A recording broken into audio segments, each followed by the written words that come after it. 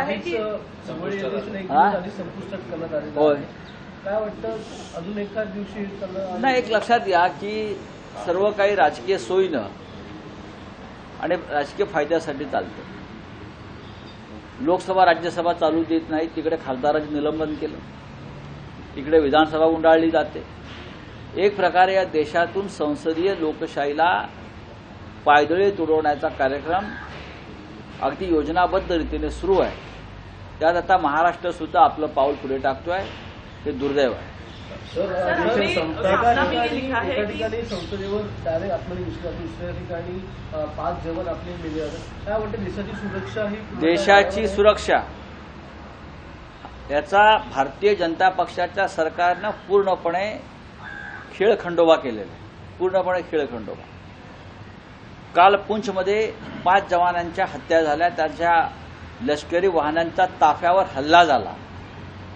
एका बाजूला या देशाचे गृहमंत्री, प्रधानमंत्री हे 370 कलम न्यायालयानं हटवल्याचा निर्णय पक्का केल्याबद्दल उत्सव साजरा करतात, विरोधकांवर टीका करतात. काश्मीर आमच्यासाठी सुरक्षित असल्याचं सांगतात.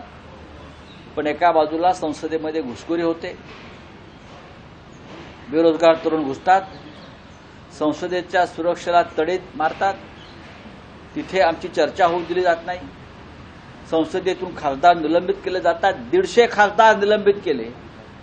आणि त्याच वेळेला त्या आनंदात मशगूल असलेलं सरकार आम्हाला काढलं, आम्ही 150 खासदारांची हत्या केली, मुंडकी उडवली.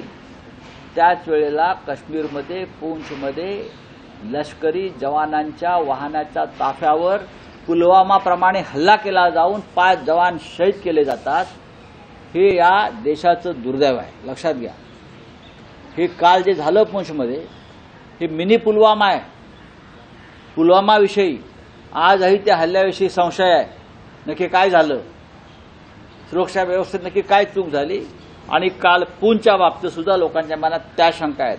गेल्या 2 महिन्यामध्ये काश्मीर खोऱ्यात राजौरी, पूंछ, बारामुल्ला बरं का येथे 100च्या वर जवान मारले गेले आहेत. या सरकारला लाज वाटत नाही. काल एकाच वेळेला 5 जवान मारले गेले. सरकार उत्सव कोणता साजरा करत आहे आणि कोणासाठी? विरोधी पक्षांची, खासदारांची कत्तल करायची आणि त्याच वेळेला आपल्या जवानांची कत्तल उघड्या डोळ्यानं पाहून राम मंदिराच्या घंटा वाजवायला जायचं. या घंटांच्या डोक्यात आपटल्या पाहिजेत. लोकशाही मराठी ऐका, पहा, जागरूक रहा.